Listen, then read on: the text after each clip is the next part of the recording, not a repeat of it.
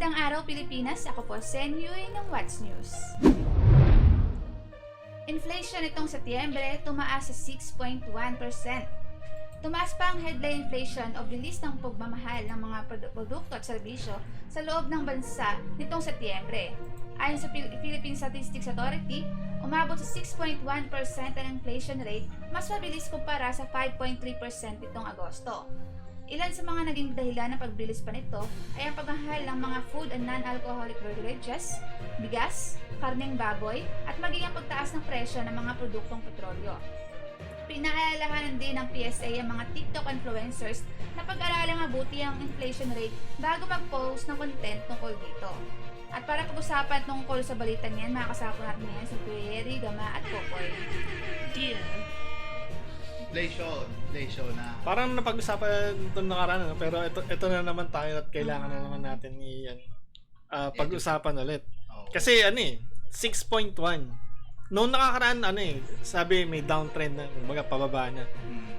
Pero ito nga yung pagpapatunay na yung downtrend, hindi ibig sabihin yan ay magtutuloy-tuloy yan to the point na sunod-sunod na yung pag-angat. Kasi noong panahon ng pandemic, inaasahan talaga na tataas ang inflation kasi lahat ng bansa dumaan sa ganyan. Totoo naman.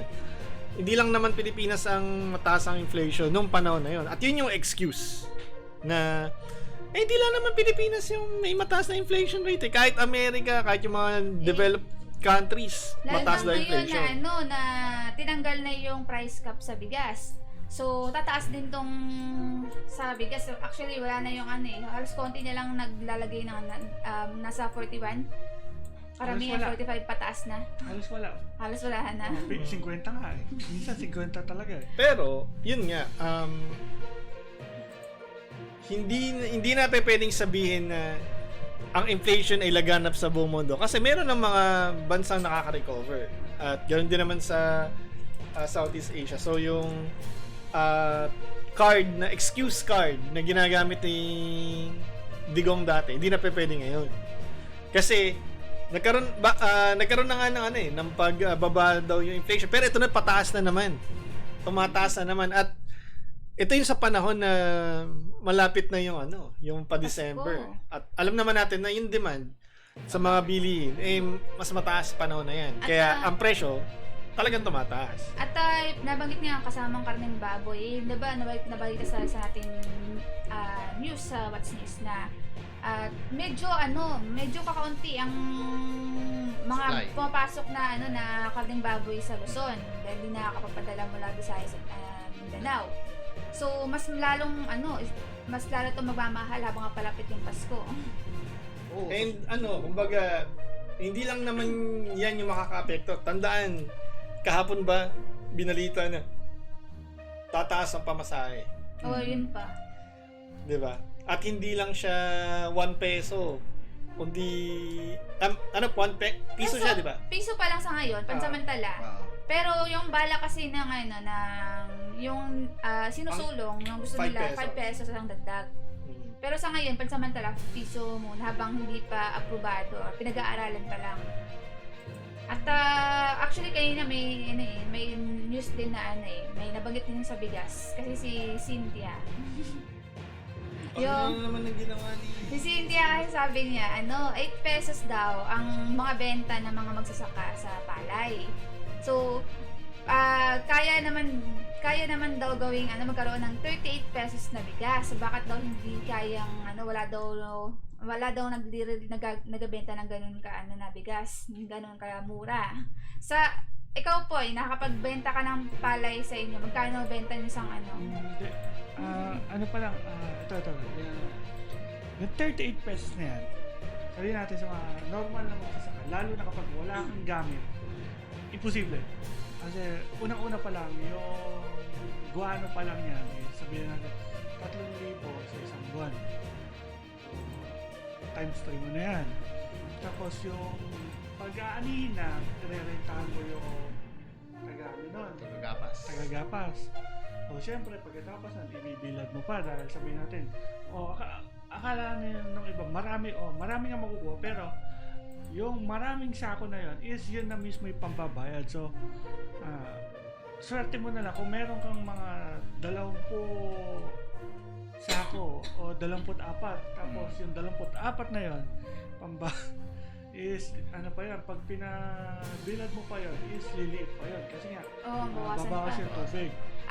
Alin doon yung binabenta nyo? Yung bilad na? Yung hindi pa, yung mismo ginapas. So sa isang per sako, magkano ang isang sako, ilang kilo yan? Sa hindi pa bilad, yun, Nasa mataas yun. 50, pero pag 50 to 56. Pero pag nabilad na yun, nasa 40 na lang yun. Ang ano kasi niyan, yung sabi ni Cynthia daw, 8 pesos per kilo ang benta daw sa mga magsasaka. Saan niya nakakuha yung number? Sa Dalbaisiha daw yun. Kung naisip niya yan, ibebenta yan, maski sino magsasaka, gagawin na lang pangkain yung ano na yan. Mga, ilan ba muna dadaanan ng bigas bago makarating sa sa tindahan mismo kung saan bibili yung mga consumers? Mula magsasaka, Gagapasin pa, di ba? Gapas, tas papalay pa, tas ano na. kasi bawat dadaanan may patong pa yun, di ba? Oo, tapos after mo mabilad yun, papakiskis, ay papaano na yun. Ano yung realistic na presyo ng bigas, ng palay ngayon para sabihin nating kumita ang Magsasaka. ang magsasaka? Kasi ang palay ngayon sa dun sa bukid. Palay tayo, hindi bigas Hindi bigas palay. na Palay, gawing palay. Palay, oo. Yun nga, naglalaro na lang sa 10 to 12 pesos. Oo. Yung sinasabi niyang 8 pesos na yan, apakalugi na ng ano dyan. Sobrang lugi na ng magsasaka niyan. Ewan ko ba't Considered nakuha ba yung na 8 ano pesos? to? Sa guano pa lang, eto pa lang guano pa lang 3,000 na. Mm. Itong 8 peso ko, hindi Pero expect kasi- niya na ano to? Bilad Kasi na. si Cynthia Villar ay hindi naman magsasaka. Saka Oo. siguro Hindi ang naman naisip siya- niya nito. Hindi niya alam talaga yung sinasabi. Ang naisip niya siguro nito kaya 8 pesos kasi yung magsasaka na yan is sa kanya yung lupa, sa kanya yung gamit, sa kanya yung lahat ng gastos, pati yung patubig, sa kanya rin yun. Imposible kasi 8 pesos sa totoo lang. Bilad at hindi, imposible yung 8 pesos na yun. Hindi.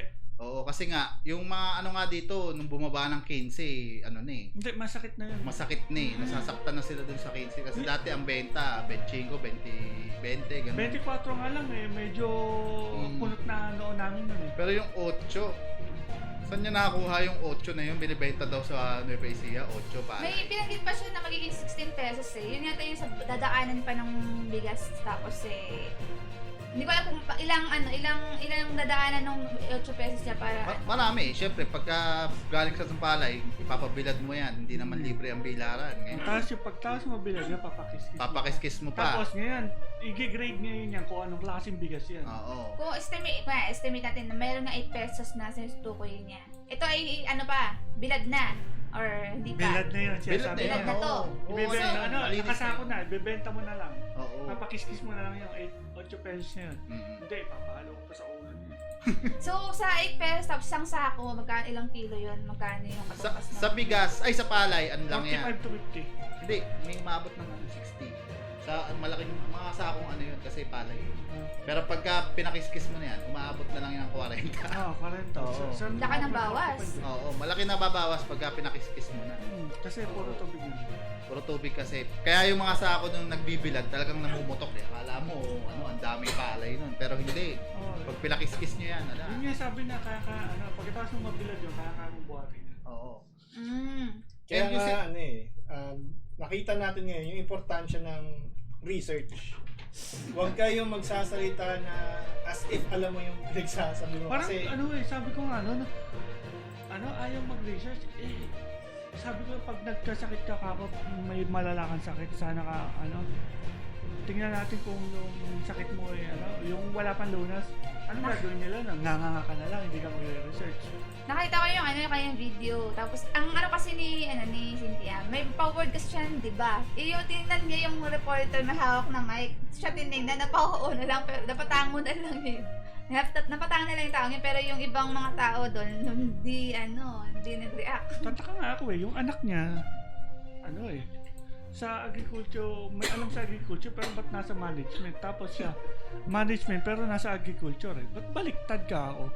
Tsaka isipin mo, pwedeng ibenta daw ng 38. Eh hindi naman lahat galing sa Nueva Ecija na nagbebenta ng 8 pesos. Magkano pa? Eh ang ano nga, 'di ba, number 1 na nga tayong importer ng ng bigas. So, galing import yung bigas natin, hindi naman galing Nueva Ecija na binebenta ng 8 na sobrang lugi. Oh, sa example niya diyan, bumili tayo ng bigas.